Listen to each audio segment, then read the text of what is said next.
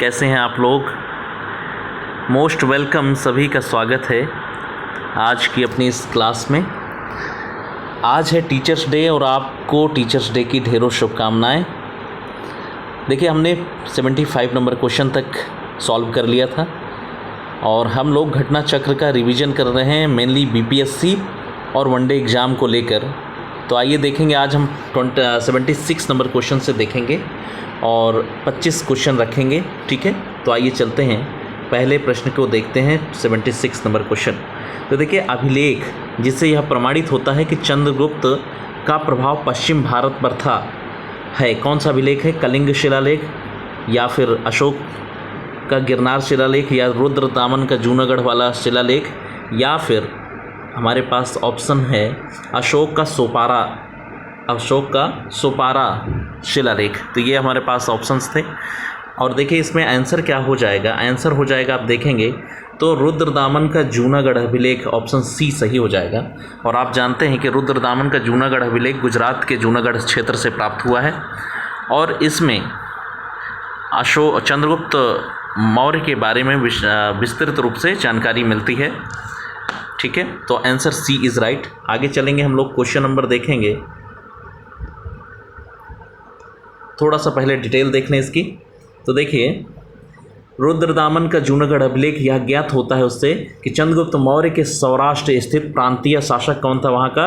पुष्यगुप्त ने वहाँ सुदर्शन झील, बहुत इंपॉर्टेंट क्वेश्चन होता है सुदर्शन झील को लेकर।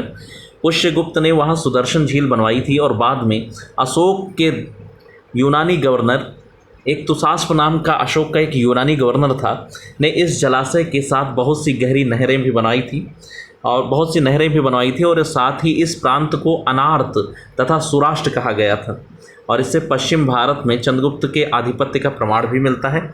चलिए नेक्स्ट क्वेश्चन 77 नंबर क्वेश्चन हमारे पास है। देखिए जरा, निम्नलिखित में से कौन सा क्षेत्र अशोक के साम्राज्य में सम्मिलित नहीं था? अफगानिस्तान, बिहार, कलिंग या श्रीलंका?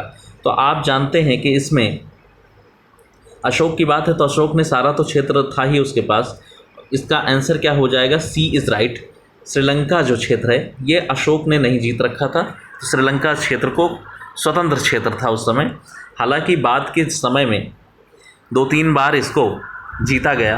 आप जानते हैं कि राजेंद्र चोल द्वारा और उसके पिता राजराज प्रथम द्वारा, या फिर आप देखेंगे तो जो हमारे पास और सारे कुछ साम्राज्य हैं दक्षिण भारत को, उन्होंने भी श्रीलंका पर कब्जा कर रखा था। तो आइए चलते हैं, थोड़ा सा आगे बढ़ते हैं, इसके डिटेल को देखते हैं। तो श्रीलंका अशोक के साम्राज्य में सम्मिलित नहीं था। द्वितीय शिलालेख से स्पष्ट होता है कि भारत में जो अशोक का द्वितीय शिलालेख है उससे स्पष्ट होता है कि भारत में अशोक का अधिकार चोल, पांड्य, सतीपुत्र, केरलपुत्र, ताम्रपर्णी यानी श्रीलंका को छोड़कर सर्वत्र था, क्योंकि इन राज्यों को प्रत्यंत या सीमावर्ती राज्य कहा गया है। किन राज्यों को? तो ये चोल, पांड्य, सतीपुत्र, केरलपुत्र और ताम्रपर्णी यानी श्रीलंका। चलिए नेक्स्ट क्वेश्चन की तरफ चलते हैं दोस्तों। क्वेश्चन नंबर हमारे पास है कौन सा? तो क्वेश्चन नंबर हमारे पास है 78 नंबर क्वेश्चन है और आगे देखेंगे अशोक के शासनकाल में। देखिए जरा, अशोक के शासनकाल में बौद्ध सभा किस नगर में आयोजित हुई थी? मगध में, समस्तीपुर में, या फिर पाटलिपुत्र में, या राजगृह में? तो अशोक के शासनकाल के समय जो तीसरी बौद्ध संगीत थी वो पाटलिपुत्र में आयोजित हुई थी, पाटलिपुत्र में आयोजित की गई थी। और इस समय मोगालीपुत्र तिस्स नाम के बौद्ध भिक्षु इसका जो है नेतृत्व कर रहे थे, अध्यक्षता कर रहे थे। Option B is right. आगे देखेंगे जरा, तो देखिए सिंघली अनुश्रुतियों, सिंघल यानी कि श्रीलंका से प्राप्त अनुश्रुतियों के माध्यम से जो कि दीपवंश और महावंश के अनुसार अशोक के राज्यकाल में पाटलिपुत्र में मोगालीपुत्र तिस्स की अध्यक्षता में तृतीय बौद्ध संगीत का आयोजन हुआ था। जल्दी से कमेंट करके बताएंगे पहली बौद्ध संगीत का आयोजन कहाँ हुआ था।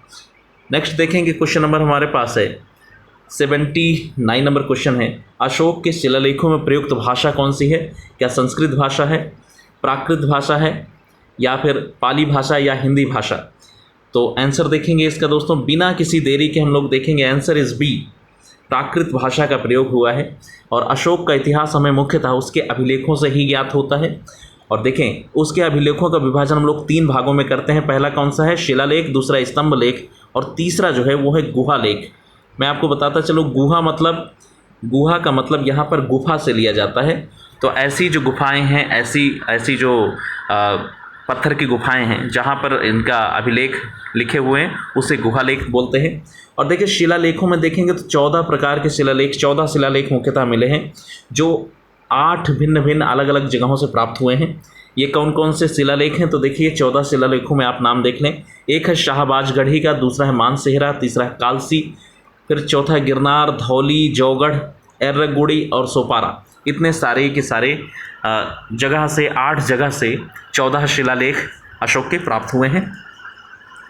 और देखिए शाहबाजगढ़ी और मानसेहरा ये पाकिस्तान और अफगानिस्तान वाले क्षेत्र में, कालसी जो है ये क्षेत्र हो गया एमपी वाला, गिरनार क्षेत्र हो गया, और इसके अलावा धौली हो गया, जौगढ़ हो गया, एर्रगुड़ी कर्नाटका वाला क्षेत्र हो गया, सोपारा क्षेत्र जो हो गया आज के पश्चिम बंगाल वाले क्षेत्र या फिर बांग्लादेश कह सकते हैं।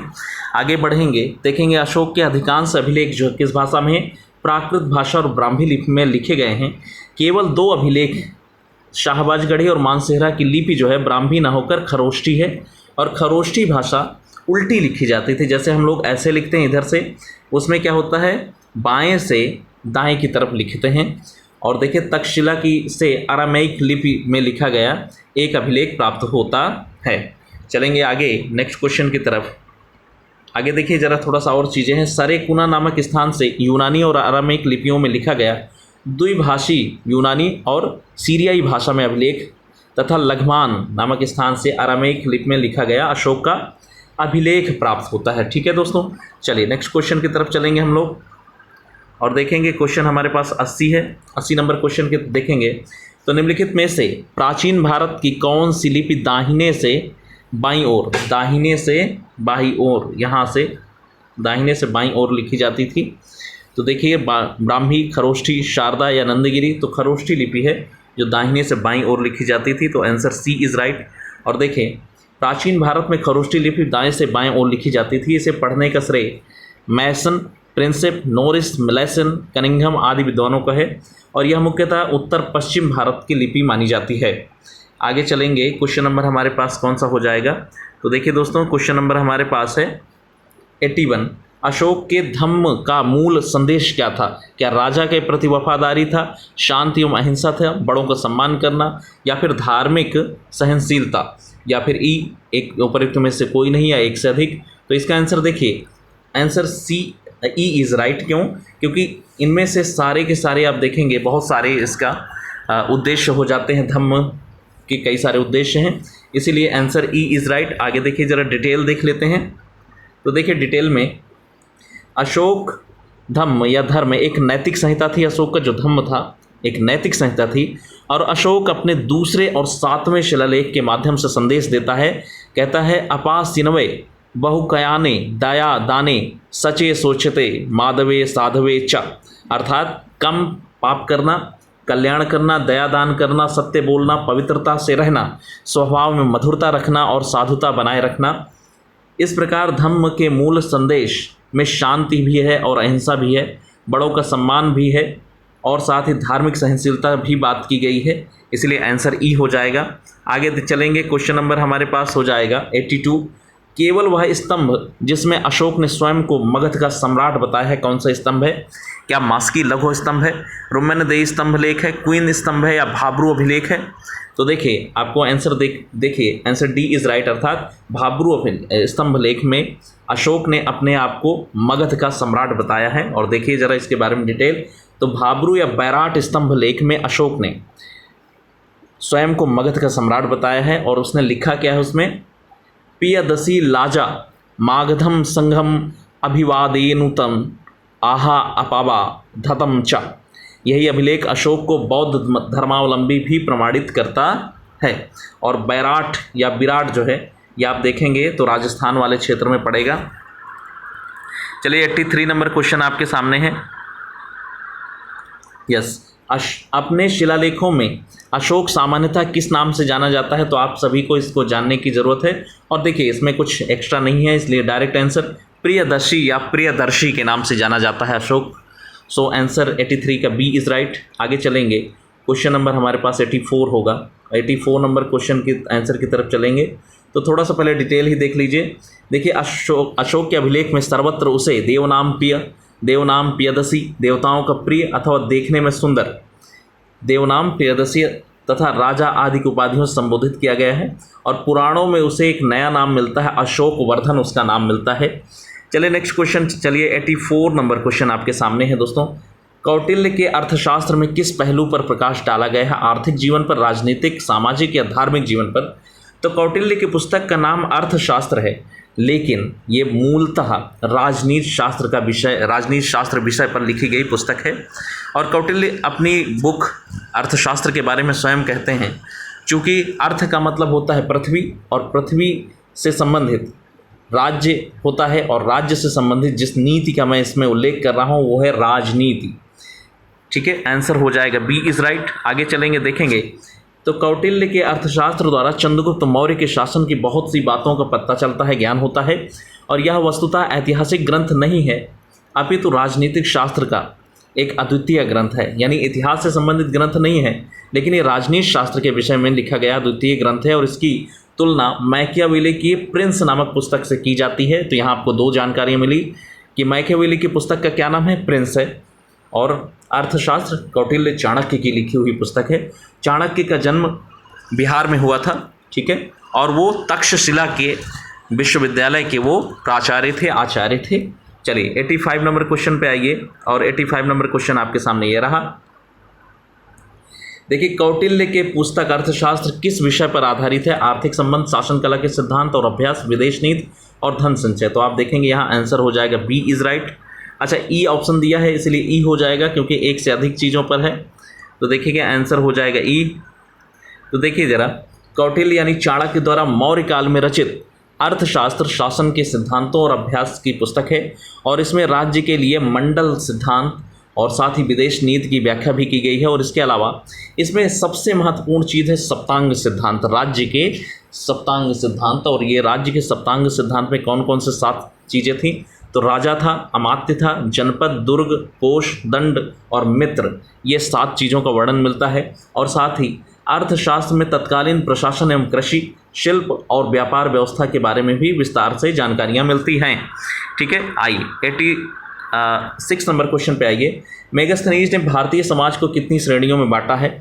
तो मेगास्थनीज नाम का एक विद्वान राजदूत, मेगास्थनीज नाम का एक राजदूत, सेल्यूकस निकेटर का राजदूत, वो चंद्रगुप्त मौर्य के दरबार में आया था, और उसने भारतीय समाज के बारे में उसने लिखा है, और इंडिका नामक एक पुस्तक लिखी, उसमें उसने भारतीय समाज के बारे में उसने 7 श्रेणियों में भारतीय समाज को बांटा है।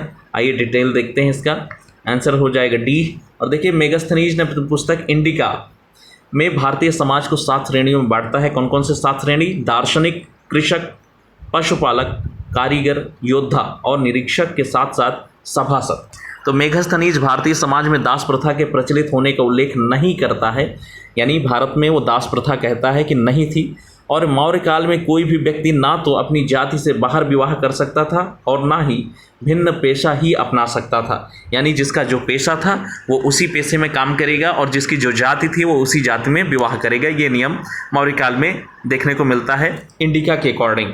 आगे चलते हैं, तो क्वेश्चन हमारे पास हो जाएगा 87 नंबर प्रश्न है। तो आइए देखें 87 नंबर क्वेश्चन क्या कह रहा है। मौर्य समाज 7 वर्गों में विभाजित का विशेष रूप से उल्लेख किया है किसमें? अभी जस्ट हमने देखा मेगास्थनीज की पुस्तक इंडिका में इस बात का उल्लेख है। सो आगे चलेंगे, क्वेश्चन नंबर हमारे पास है 88। तो देखिए पेरिप्लस ऑफ इरिथ्रियन सी नामक पुस्तक किसने लिखी है? टेसियस ने, प्लिनी ने, टॉलमी ने या स्ट्रैबो ने, या उपरोक्त में से कोई नहीं है, एक से अधिक। और ये सारे के सारे नाम जो हैं यूनानी लेखकों के नाम हैं। आगे चलेंगे और देखेंगे इसका आंसर क्या हो जाएगा दोस्तों।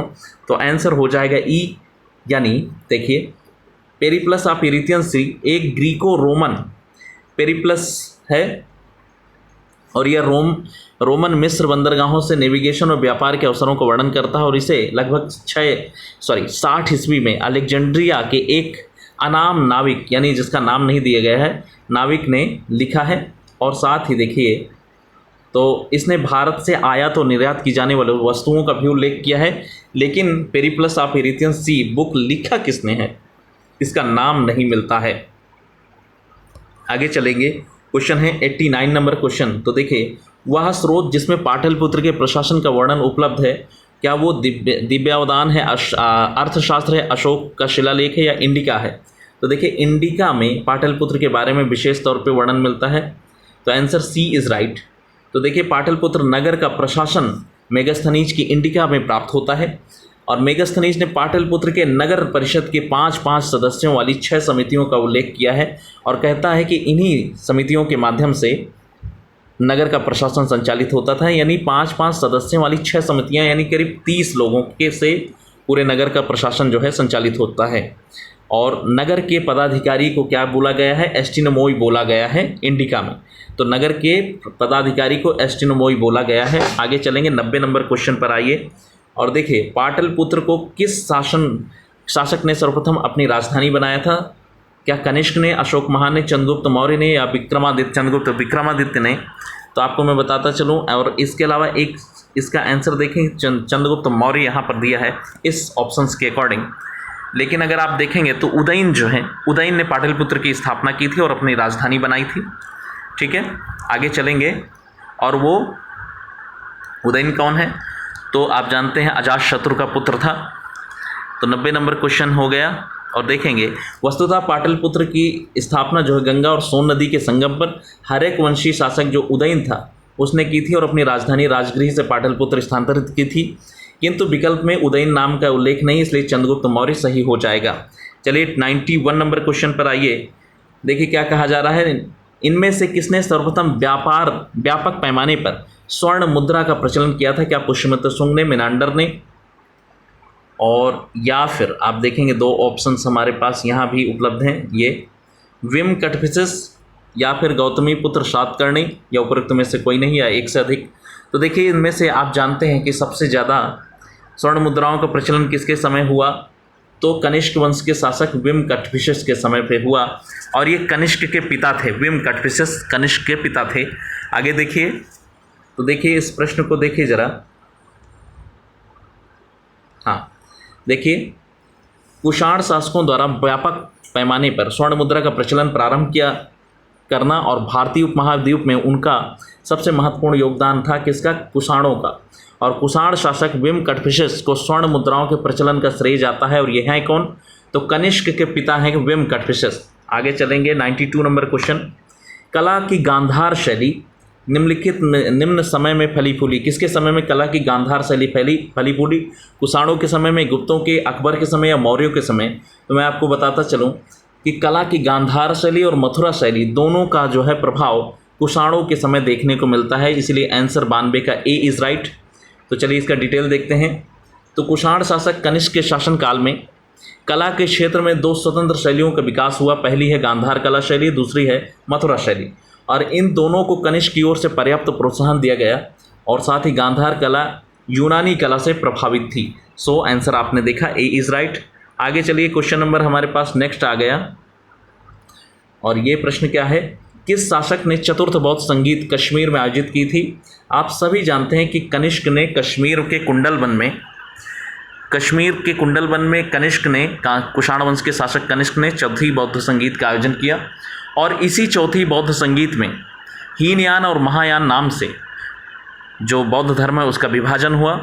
हीनयान बुद्ध की वास्तविक जो मान्यताएं थी, बुद्ध के विचार थे, उस पर चलती रही, और जो महायान विचारधारा है वो भगवान बुद्ध की मूर्तियां बनाने लगी, और भगवान बुद्ध को भगवान के रूप में पूजने लगी, मूर्तियां उनकी बनाने लगी। ठीक है, तो आंसर सी इज़ राइट। आगे चलेंगे, तो देखिए थोड़ा डिटेल यहाँ देख लेते हैं हम लोग। तो देखिए, बौद्ध धर्म की चतुर्थ संगीत कुषाण शासक कनिष्क के शासनकाल में कश्मीर के कुंडलवन में हुई। इसकी अध्यक्षता वसुमित्र ने की थी, जबकि अश्वघोष इसके उपाध्यक्ष थे। इन सभा में महासंघिकों का वर्चस्व था।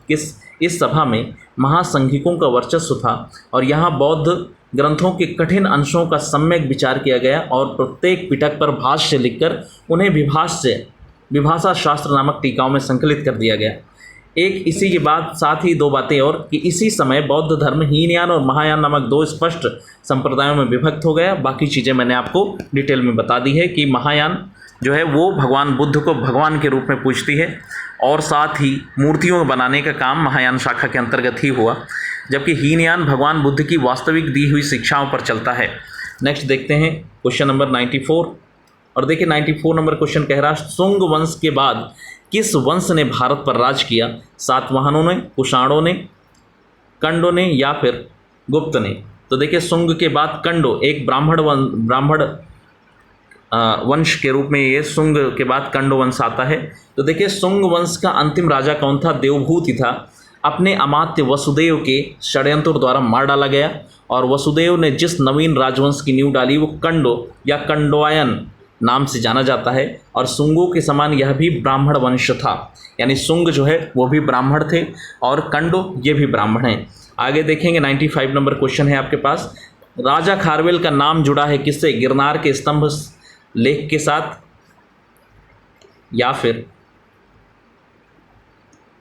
जूनागढ़ के स्तंभ लेख के साथ, हाथी गुम्फा लेख के साथ, या सारनाथ लेख के साथ।